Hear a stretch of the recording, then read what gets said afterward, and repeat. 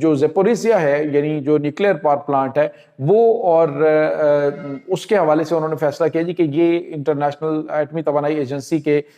جو ہے وہ انڈر آئے گا، اس کی آبزرویشن میں رہے گا، اور اس کو دوبارہ سے چالو کیا جائے گا، اور اس کی جو پیداوار ہے وہ 50-50 یعنی رشیا اور یوکرائن دونوں کو زیپوریزیا سے دی جائے گی۔ تو یہ ناظرین ایک بڑا فیصلہ، اور اس کے ساتھ ہی دونوں طرف جو ہیں وہ جنگی قیدیوں کا تبادلہ بشمول بچوں کے جو اغوا کیے گئے سارے، مطلب بشمول سارے یعنی ہلاک ہونے والے یا پھر بچ جانے والے، گرفتار ہونے والے سارے لوگوں کی بتدریج جو ہے نا وہ ایک دوسرے کے ساتھ واپسی وہ کی جائے گی، اور اس کے علاوہ جو ہے وہ حملے بالکل بند کر دیے جائیں گے، کسی بھی قسم کا کوئی اٹیک نہیں کیا جائے گا۔ اور اس کے ساتھ ہی یہ بھی کہا گیا جی کہ اگر یوکرائن اس معاہدے کو ماننے سے انکار کرے گا تو پھر جو امریکہ ہے وہ اپنا انٹیلیجنس شیئرنگ اور پھر جو ان کی ایئر ڈیفنس سسٹم ہے وہ واپس لے لے گا۔ تو ممکنہ طور پہ ناظرین ناٹو کو بھی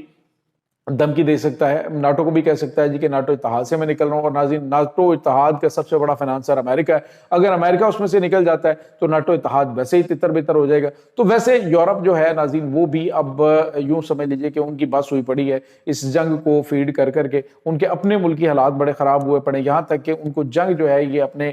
سر پہ محسوس ہو رہی ہے، یہاں تک کہ یہ جرمنی ہے، فرانس ہے، برطانیہ ہے، بہت بڑے لیول پر جو ہے وہ دفاعی ڈیلیں کر رہے ہیں، اسلحہ اور گولہ بارود جو ہے وہ خرید رہے ہیں کہ جی ممکنہ طور پہ ہمیں رشیا کے ساتھ لڑنا پڑ جائے۔ تو امریکہ جو ہے وہ یہ کہہ رہے جی کہ آپ جو ہے وہ اسلحہ اور گولہ بارود ضرور لیں میرے سے، لیکن اس کو جنگ کے لیے استعمال نہ کریں، اپنے پاس رکھیں، اور اب مزید جو ہے وہ ہمارے ساتھ دفاعی معاہدے کریں۔ امریکہ کو تو کاروبار چلنا چاہیے، اب رشیا کا تھریٹ دے کے یورپ کے ساتھ بڑی بڑی ڈیلیں، دفاعی ڈیلیں، یہاں تک کہ ناظرین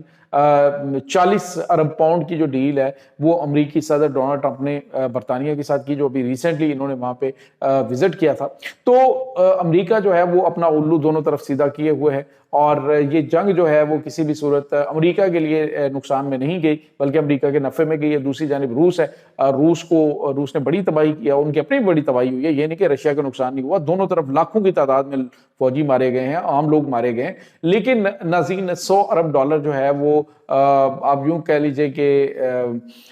اس کے مقابلے میں کچھ بھی نہیں ہے جو کچھ ہے ان کا نقصان یوکرائن کا ہو چکا ہے۔ یوکرائن بہت پیچھے چلا جائے گا، اور پھر جو ہے وہ اس کی آزادی اور خود مختاری جو ہے اس حوالے سے اس کی تصدیق دی جائے گی، امریکہ اس کا گارنٹر ہوگا، امریکہ جو ہے وہ اس کی دفاعی گارنٹی دے گا، اور کہ جی رشیا اس کے اوپر اٹیک نہیں کرے گا، اس کی جو ہے وہ باقاعدہ طور پہ آپ یوں کہہ لیجئے کہ امریکہ کے وہاں پہ دوبارہ سے امریکہ جو ہے وہاں پہ قدم رکھے گا، اپنے اڈے شڑے بنائے گا، وہاں پہ اپنی فوج وہاں پہ موجود رکھے گا۔ تو یہ چیزیں جو ہیں وہ ناظرین اس وقت وقوع پذیر ہو رہی ہیں۔ آپ اندازہ لگائیے کہ پوری دنیا کے اندر جتنی بھی جنگیں، آج بھارت ہے وہ پاکستان کے ساتھ پنگا لینے کی بات کرتا ہے، جنگیں شروع کرنے کی، جنگوں کے بعد ہوتا کیا ہے؟ خوفناک تباہی دونوں طرف، انسانوں کی تباہی ہے۔ پاکستان اور انڈیا کی بات کریں تو دونوں نیوکلیئر ملک ہیں، پاکستان جو ہے وہ روایتی ہتھیاروں میں یا دیگر جو جدید ترین ہتھیار اس میں بھارت سے کہیں بہتر ہے، لیکن جب دونوں طرف اگر خدا نخواستہ یہ ایٹمی جنگ چھڑتی ہے، دونوں طرف ایٹمی حملے ہوتے ہیں تو کیا بچے گا؟ کچھ بھی نہیں بچے گا، دنیا میں تباہی اور خوفناک قسم کی تباہی آئے گی۔ تو عقل سے کام لینا چاہیے کہ رشیا اور یوکرائن جو ہے وہ جنگ میں 4 سال میں کچھ نہیں اکھاڑ سکے، اور اینڈ پہ کیا ہے، جو معاملہ ہے وہ وہیں کا وہیں پڑا ہوا ہے۔ تو آخر جنگوں کی بات کیوں کی جا رہی ہے؟ آخر دنیا کو مجموعی طور پہ جو ترقی اور خوشحالی کی جانب عام لوگوں کا جو طرز زندگی اس کو بہتر کرنے کے لیے حکومتیں کام کیوں نہیں کر رہی ہیں؟ آخر ان کنفلکٹس کے اندر کیا پڑا ہوا ہے اس وقت؟ کبھی کوئی کسی کے اوپر حملہ کرتا ہوا دکھائی دے رہا ہے، کوئی کسی کے اوپر حملہ کرتا ہوا دکھائی دے رہا ہے، وہ اس کو مار دے گا، اس کی زمین لے لے گا، اس کی زمین لے لے گا۔ اسی چکر کے اندر ناظرین دنیا جو ایک بڑے خوفناک تصادم کے اوپر آ پہنچی ہے۔ اب اللہ تعالیٰ ان تمام حکمرانوں کو ہوش کے ناخن لینے کی توفیق عطا فرمائے، اور یہ جنگوں کا اختتام ہوتا ہے کہ بات چیت کے ذریعے پھر ان کو روکنا پڑتا ہے، ادروائز پھر جتنا بھی عرصہ چلتی رہیں گی جنگیں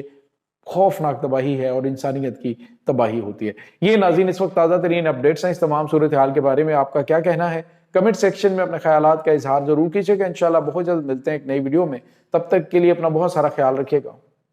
اللہ حافظ۔